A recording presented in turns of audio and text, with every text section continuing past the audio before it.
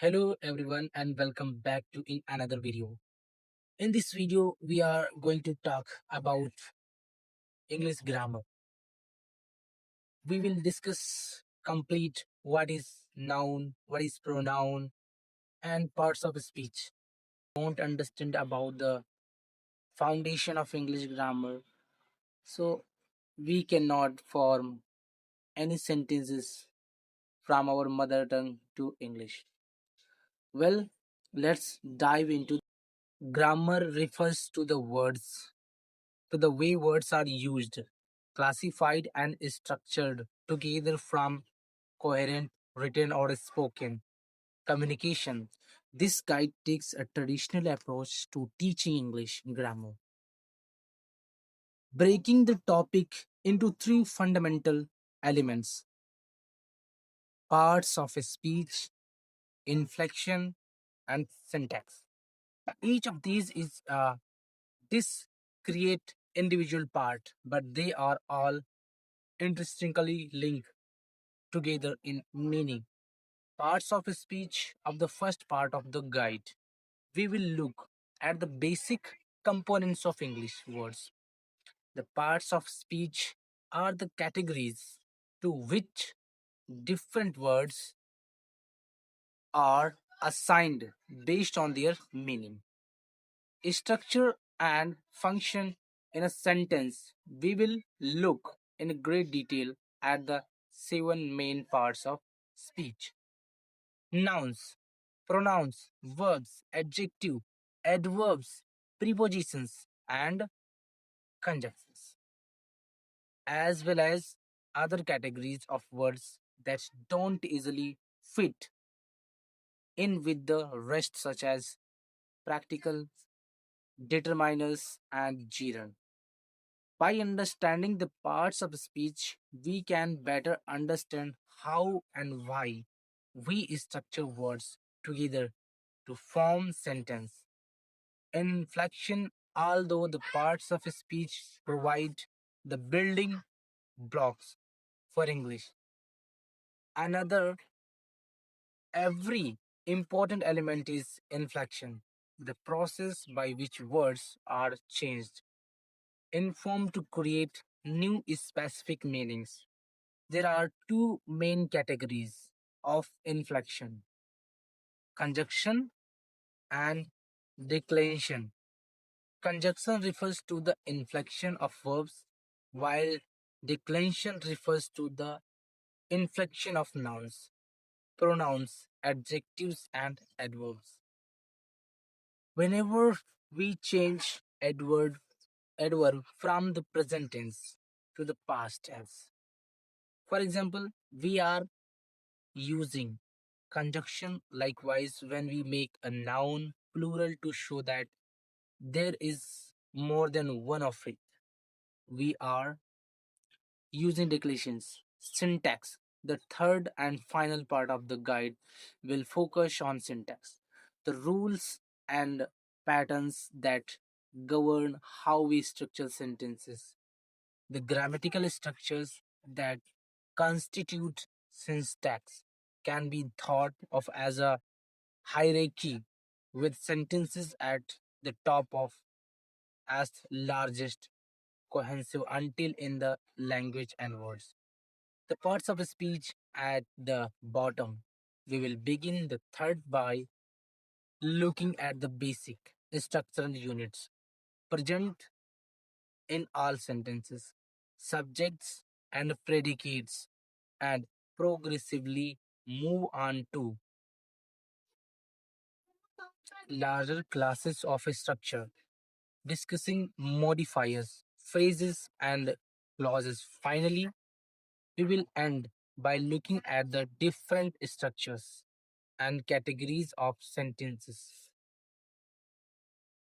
Using the three parts of together, the best way to approach this guide is to think of it as a cross reference of itself. When you see a term or concept in one section that you are unfamiliar with, checking other section to find a more through explanation. Neither parts of speech nor inflection nor syntax exist as truly separate units. It is equally important to examine and learn about the different kinds of words, how they can change to create new meaning, and the guidelines by which they are structured into sentences. When we learn to use all three parts together, we gain a much full, errand, full understanding of how to make our speech and writing not only proper but natural and effective. Parts of speech definition. Parts of speech are the primary categories of words according to their function in a sentence. English has seven main parts of speech. English has seven main parts of speech. We will look at a brief overview of each below. Continue on to their individual chapters to learn more about them. Nouns are the words. What is noun? Let's understand. Nouns are the words that identify or name people, place, or things. Noun can function as the subject of a clause or sentences, an object of verb, or an object of a preposition. Words like cat, book, table, girl, and plane are all nouns. Pronouns. Pronouns are words that represents nouns, people, places, or things. Grammatically, pronouns are used in the same ways as nouns. They can function subjects or subjects. Common pronoun is included I, you, she, him, it, everyone, and somebody. Verbs. Verbs are words that describes the section or states of being of people, animals, places, or things. Verbs. Verbs function as the root of what is called the predicate, which is required along with a subject to form a complete sentence. Therefore, every sentence must include at least one verb. Verbs include action words like run, walk, write, or sing, as well as words describing states of being such as be, seem, feel, or sound. Now let's understand what is adjective. Adjectives are words that modify nouns and pronouns. They can be a part of their they can be the part of either the subjects or the predicate. Common adjectives. Common adjectives are red, blue, fast, slow, big, tall, and white. Adverbs. Adverbs are words that modify verbs, adjectives. Other adverbs are even entire clauses, depending on what they modify and how. Adverbs can appear anywhere in the sentence. Now, what is adverb? Adverbs are commonly formed from adjectives by adding ly to the end, as in slowly, quickly, widely, beautifully, or commonly. Prepositions. Prepositions are words. What is preposition? Huh?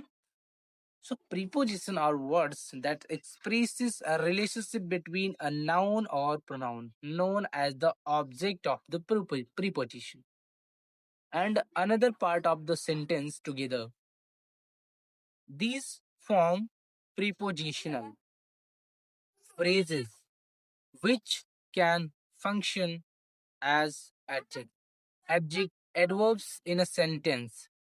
Some examples of prepositional phrases are on the table, in the shed, and across the field. The prepositions are in bold. Understood? Conjunctions. What is conjunction? Conjunctions are words that connect other words, phrases, or clauses expressing a specific kind of relationship between the two or more elements.